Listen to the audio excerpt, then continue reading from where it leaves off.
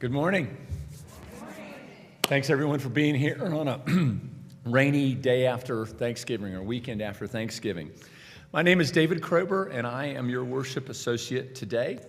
On behalf of our Reverend Dave Dunn, intern minister Liz Martin, our music director Alex Peach, the dedicated live stream team that keeps us on time and on schedule, our greeters, and all the folks around UUMAN that pitch in and do so many things. I'd like to welcome you here to the Unitarian Universalist Metro Atlanta North congregation, which we lovingly call UUMAN. UUMAN is a liberal faith community with the mission to nurture our spirit, strive for justice, and transform the world. No matter who you are, whom you love, or where you are on your spiritual journey, you are welcome here. A welcome to everyone that's joining us remotely this morning. And if there are any visitors here in the sanctuary that are here for the first time and you're comfortable doing so, we'd love to have you stand and introduce yourself so that we can worship together in friends. Do I have any visitors over here on my left? Thanks. I'm not actually completely new. I've been here before, but it's been like 2 years or so. But my name is Brooke Adler, and I live in Roswell, and thanks for welcoming me. Welcome. Good to see you. Any visitors over on this side? No, well, thank you. Hi, my name is Lee Berger. I live in Roswell/Alpharetta, and this is my second time ever at a UU church and first time here, so great to be here. Thanks. So welcome, Lee. Thank you. Thanks for joining us. And for all you first-time visitors out there in live stream land, we're glad you're here as well. Some announcements. Please consult your printed order of worship to see our second hour adult enrichment offerings for today. And I'm going to put in a plug. Some of you may have been wondering, we normally have a Harvest Moon auction in the fall. And I think this was brought up at the congregational meeting last year. We will have an auction this year. It's going to be in February. So I'm going to be sending out an email later today with some more information about that. But we're looking for people to volunteer, and we're also looking for people that have items to contribute or events, dinners, things like that we normally have in the auction. So we'd love to have you participate that way as well. And we would like to acknowledge that the land on which this congregation is situated is the former home of the Muskogee and Cherokee nations and those who've gone before them.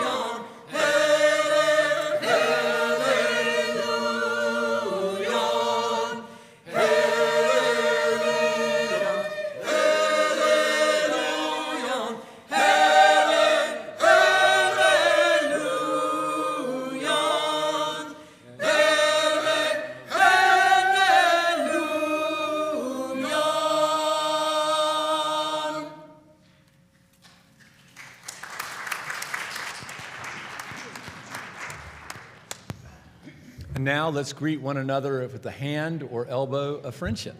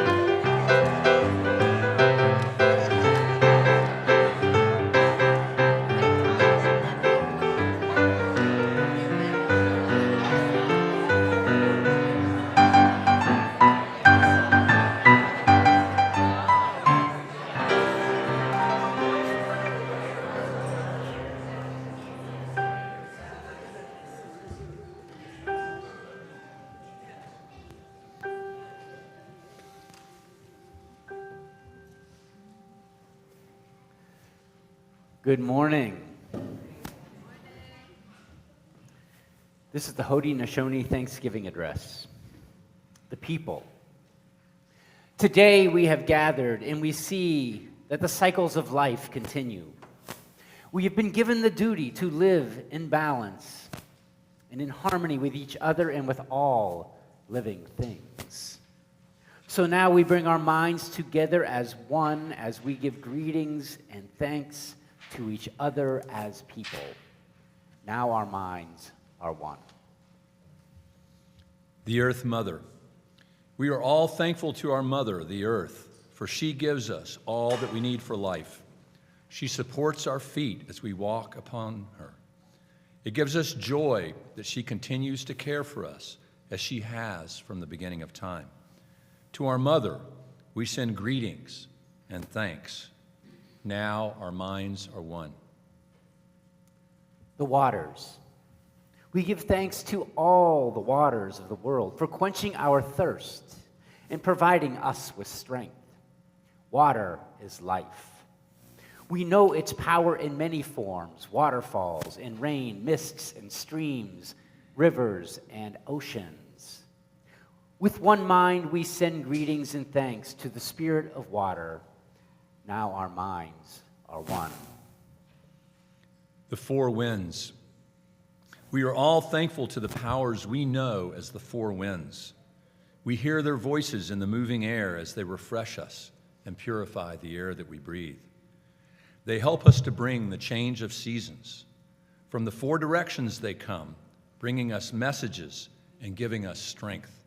With one mind, we send our greetings and thanks to the four winds. Now our minds are one. And now let us light our chalice together. Our chalice lighting today is called On Waking by John O'Donohue. I give thanks for arriving safely in a new dawn, for the gift of eyes to see the world, the gift of mind to feel at home in my life, the waves of possibility breaking on the shore of dawn, the harvest of the past that awaits my hunger, and all the furtherings this new day will bring. And now, as you are able, would you please stand and sing our opening hymn, number 1066, in the soft hymnal, O Brother Sun.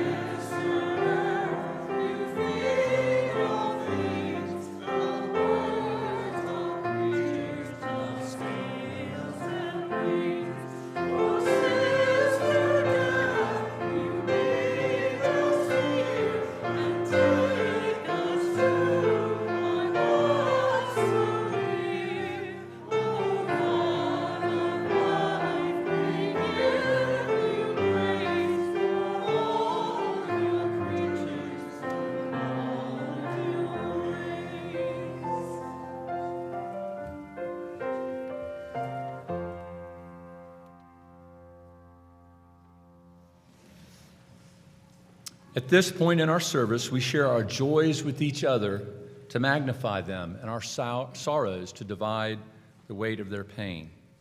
If you're so moved, please feel free to come forward, state your name, and drop a pebble in the bowl and express a joy or a sorrow you may have. For those of you attending via our live stream, if you have a joy or sorrow that you would like to share this morning, please type it in the chat.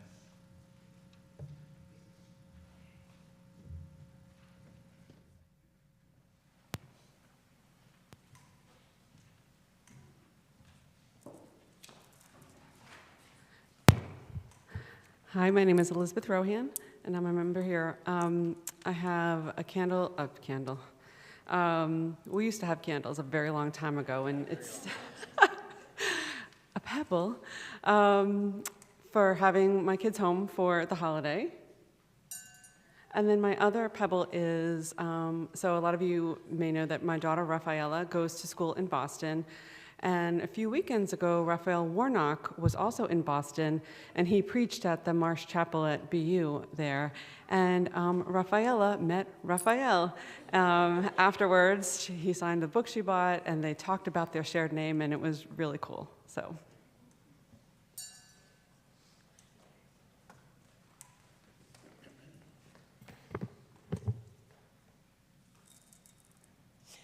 I'm Paula Watson, a member of this congregation, and like many of these, it's a joy-sorrow. The sorrow is that my husband, Rick Irwin, who's in memory care just a mile up the street, is progressing in Alzheimer's much too fast.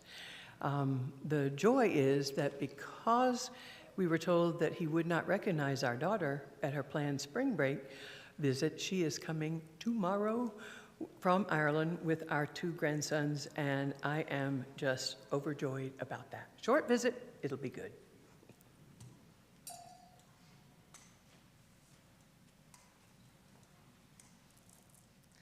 I just have a joy to share. My name's Christina Peterson. I'm a member of the congregation. Many of you know my daughter. She's always running around here with giggles.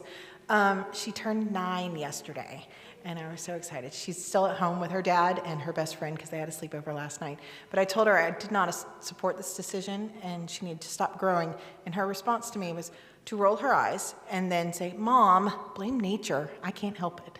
So there's my joy.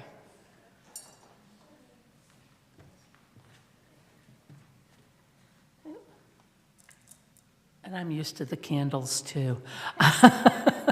I'm Sarah Hunter, member, and my joy is that the kids all came over yesterday. We've started a little tradition to help me decorate the house. So it was wonderful. We had a great time, and we watched Die Hard. Yes, it is a Christmas movie. So.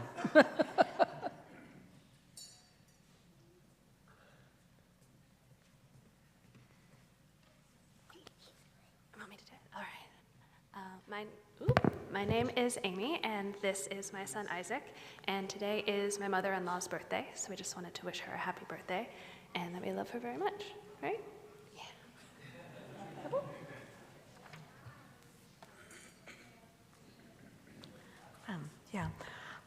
This is kind of old news, and I know last week somebody talked about the interfaith Thanksgiving celebration that was held on the 20th, and I think there was an acknowledgement that we had 5, I think, choir members, and of course Alex was the pianist for the program.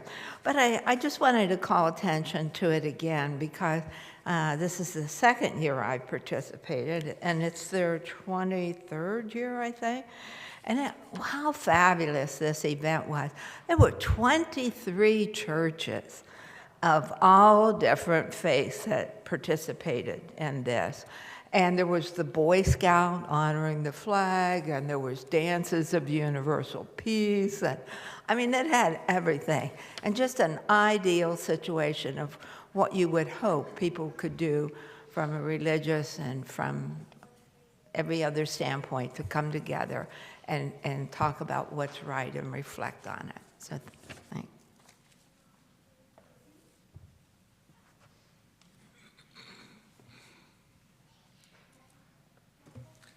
And I'll drop one final pebble for those joys and sorrows that are still too tender to escape the folds of our hearts. We'd ask that you would keep each other in your thoughts and prayers this week.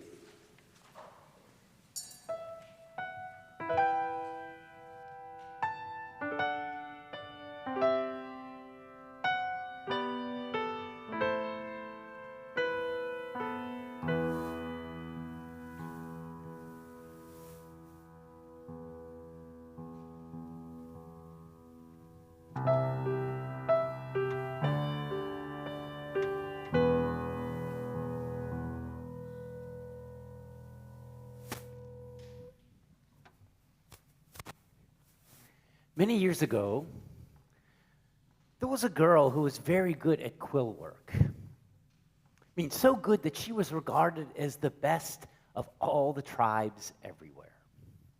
Her designs were creative and radiant with color, and she would decorate everything. Clothes, moccasins, teepees, pouches, quivers. One day in her parents' lodge, she began to make a man's outfit out of the best white buckskin. Shirt, leggings, moccasins, gauntlets, everything. A beautiful outfit. Her parents were a little bit puzzled, however, because she didn't have any brothers and she had no suitor at the time. But no sooner has she completed this man's white buckskin outfit that she commenced to then make a second beautiful white buckskin outfit, with radiant design and quill work. And then as soon as she was done this second, she then made a third, and then a fourth, and a fifth, and a sixth, finally a seventh, although the seventh one was smaller than the previous six. Then she stopped. She was done. Her parents finally just had to ask why. Again, she had no brothers. She had no male suitor. She replied, "Someplace many days from here live my 7 brothers, and someday all the world will admire them. And I must take these outfits to them." She gathered up the 7 outfits and immediately began walking north. She walked north for days. She seemed to know the way intuitively, though she did not know why she knew that. At last, she came to a lone, large, painted teepee next to a large tree, next to a wide stream. And she waded across the stream and went to the teepee, and with a loud voice announced, "It is I, girl looking for brothers, bearing gifts." And out of the teepee came a young boy about 10 years of age. He said that he was the youngest of 7 brothers, and that his brothers were off on a hunt, but he didn't go that day because he knew that she would be coming. And his brothers would be surprised because up until that point, they did not know that this youngest brother had special powers of knowing. "I shall take you to be my brothers," said the young girl. "And we will take you to be our sister," said the youngest boy. Inside the teepee, there were 7 beds made of willow and sage. And the young girl put an outfit at each bed, and the youngest boy put his on. And they went outside the teepee to wait for the brothers' return. And when the brothers returned, they saw the youngest brother dressed in this radiant white buckskin outfit. And they're like, "Where did you get that?" And the youngest brother said, "We have a new sister. And I remained behind today because I knew she was coming." And then the other brothers knew that the youngest brother had special medicine. The others put their clothes on as well, and they were amazed. And they began living together as a family. One day, the older brothers went out for a hunt. The youngest brother and their sister remained behind. And a light-colored buffalo calf came scratching at the teepee and said, I am sent by the great buffalo nation. We have heard of your beautiful sister, and we want her for our own. And the young boy came out, the teepee, and said, you cannot have her. Go away. And the light-colored buffalo calf said, somebody larger will return. The next day, those two were alone again. And a young heifer arrived, snorting and kicking up dust, and said, I am sent by the great buffalo nation. We have heard of your beautiful sister, and we want her for our own. And again, the young boy said, you cannot have her. Go away. And the young heifer said, somebody bigger will come. The third day, alone again, a large buffalo cow arrived, snorting and grunting loudly. I am sent by the great buffalo nation. We have heard of your beautiful sister, and we want her for our own. And again, the young boy said, you cannot have her. Go away. And the large buffalo said, the greatest, the biggest will come soon. On the fourth day, the brothers stayed behind, all of them.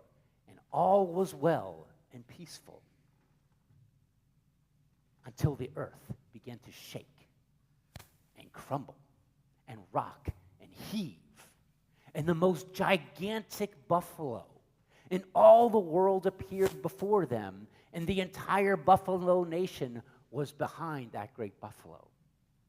And the great buffalo was scratching at the ground and kicking up dust and snorting and grunting loudly, and then finally bellowed out, we want your sister, now we will take her. Terrified, the 7 brothers stood their ground. The oldest said to the youngest, use your special medicine to save us. The youngest one said, grab the branch of the tree. And they all climbed up into the tree, all 7 brothers and the young girl, their sister. And the young boy shot an arrow into the trunk of the tree, and immediately it grew large and high into the sky. And from above, they all watched the herd of angry buffalo grunting and snorting below them. Then the largest buffalo said, I will knock this tree down with my horns. And he charged at the tree, putting a big gash in the trunk of the tree.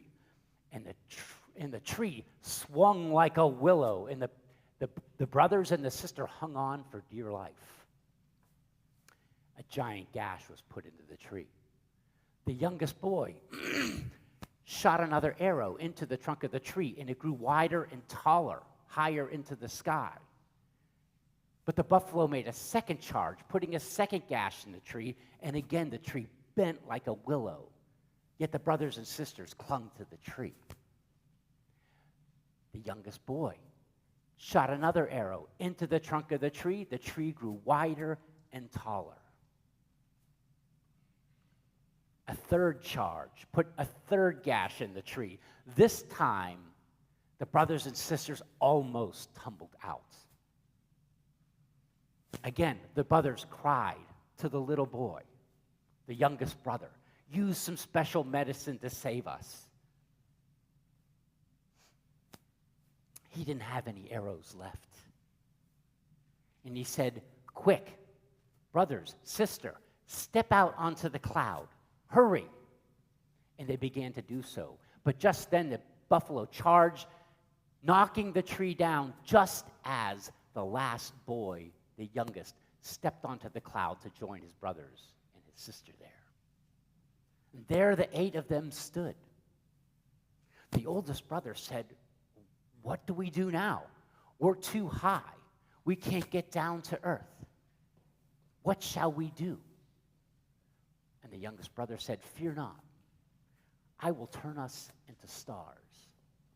And at once the 7 brothers and their sister were bathed in radiant light. They formed themselves into what we know as the Big Dipper. And they are still there now. And all the world admires them. The twinkling star at the end of the handle is the youngest brother, the medicine boy. And the brightest star amongst them is their sister. And each evening, she fills the sky with stars, the product of her radiant celestial quill work.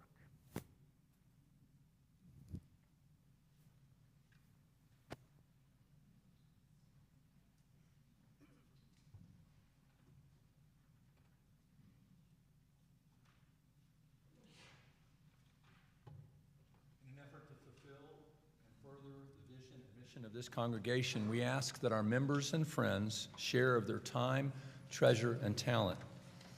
With this, we will now take our offering. You may use the Give Now option in the Breeze app or in a web browser. Just a reminder that this month's 50/50 recipient is North Fulton Community Charities. Any check specifically designated as 50/50 or any Breeze donations specifying Give to 50/50 this month will go to support their work.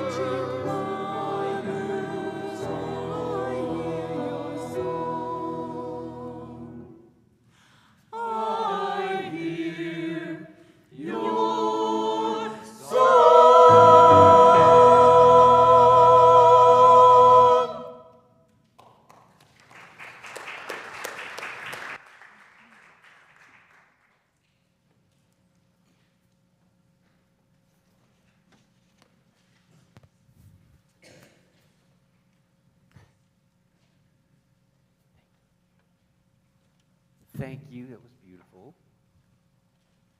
We accept this sacred offering generously given by our beloved members and friends. May we use it wisely and judiciously in service to our mission.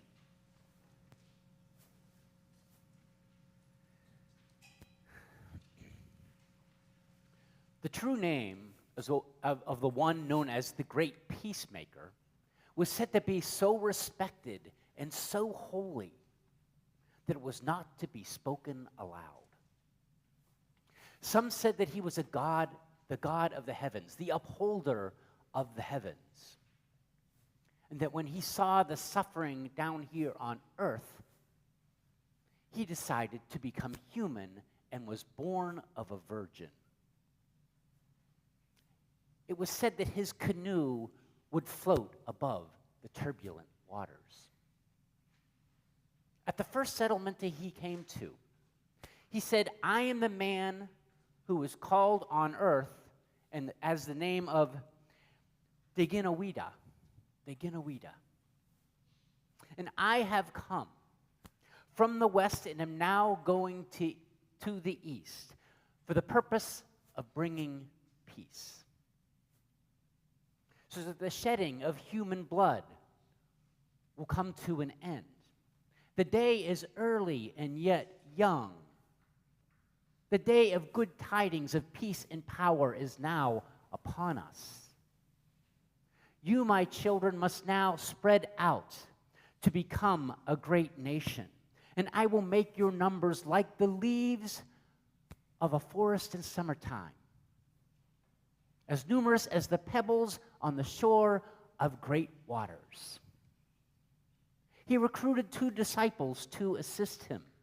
The first was called Hiawatha, who was known to be a wild man, a cannibal even. But when Hiawatha saw the great peacemaker's face, he said, in that face, I was aware of beauty and wisdom and strength, which first filled me with astonishment and then with shame as to how I had been living my life. The great peacemaker gave Hiawatha the great law of peace. And he said to Hiawatha, you are a great orator, you will be my prophet, and you will speak on my behalf. The great peacemaker gave his second disciple, a woman, the name Jingosasi, a name which means new face, new mind. And he said to her, it is in your countenance that a new mind is manifest, and out of your womb, the womb of this new mind, a new nation will be born anew. They lived in a matrilineal society. The men were the chiefs, but the women selected the chiefs. The women also had the power to remove the chiefs. From the east, the great peacemaker began moving west with all of the people. He stopped at the banks of a beautiful river, and he separated some of the families and said, you will be the Mohawk people, the keepers of the eastern door, and you will be well skilled in the use of bows and arrows. Then he moved further west with the rest of the people, stopping at a beautiful forested valley. He selected some of the families there and said, you will be the Oneida, the big tree people of the standing stone. And you will be skilled at making instruments and baskets. Continued to move further west. Came to the base of a big mountain. Selected some families and said, you will be the Onondaga, the people of the hills. And the Onondaga will have knowledge of the laws of the great Creator. Then moving further west, came to a sparkling lake, selected some families and said, you will be the Cayuga, the people of the great waters, and you will be skilled with your canoes traversing them over turbulent waters. And with the remaining people moving further west, settled at the base of a mountain with a lake nearby and said, you will be the Seneca, keepers of the western door. And you will be skilled at hunting and endurance. Then the great peacemaker gathered the 5 nations together as one and said, there has been war and bloodshed in the past. Yet what is past is past. The present and the future is what concerns us now. My children, listen well, for these are my last words to you. My time amongst you is drawing to an end. No single tribe alone can withstand our enemies, who care nothing of the eternal law, who sweep upon us like winter storms, spreading death and destruction everywhere. Remember that the downfall of one means the downfall of all.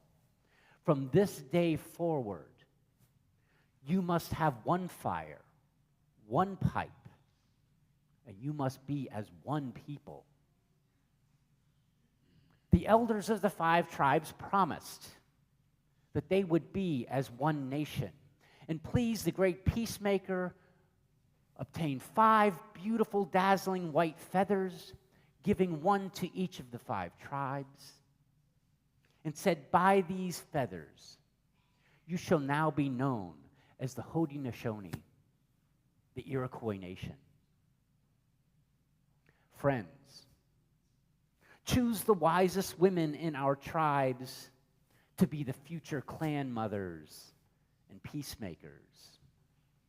Let them turn any strife that you may encounter into friendship. Let your chiefs be wise enough to consult with them, the women, if there are any disputes. Now I have finished speaking. Farewell. All heard a sweet sound, the rustling of leaves, a chorus of bird song, and the great peacemaker stepped into his white canoe and ascended into the heavens, disappearing into the clouds. He was gone, but his teachings survive in the heart of the Haudenosaunee, the Iroquois people.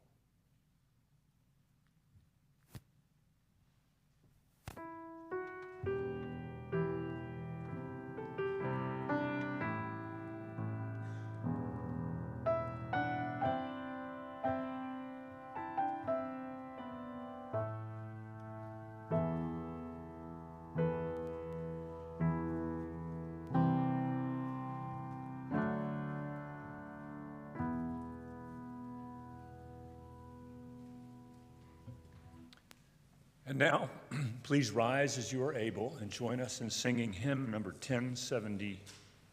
1072, Evening Breeze.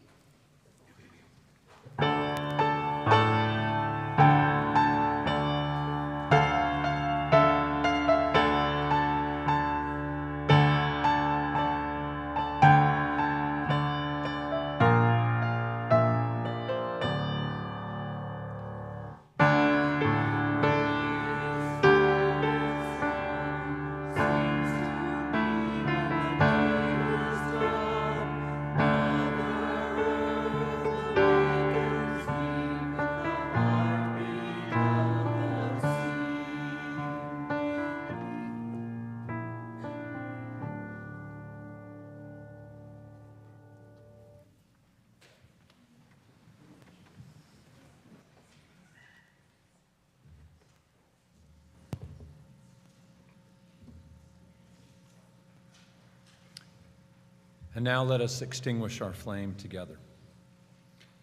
We extinguish this flame, but not the light of truth, the warmth of community, or the fire of commitment. These we carry in our hearts until we are together again.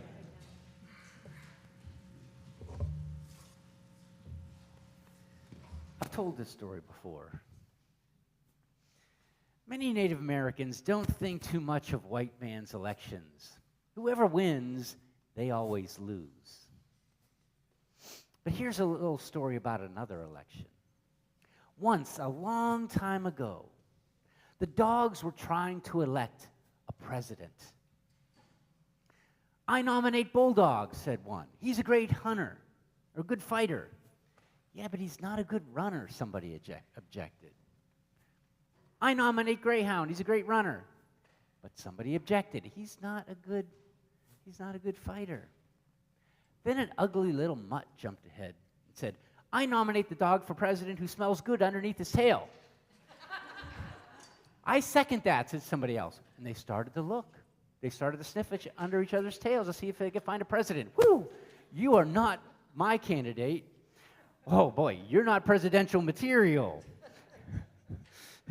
This one doesn't smell very good." No. So when you're out for a walk, when you see a dog, they're still sniffing under each other's tails.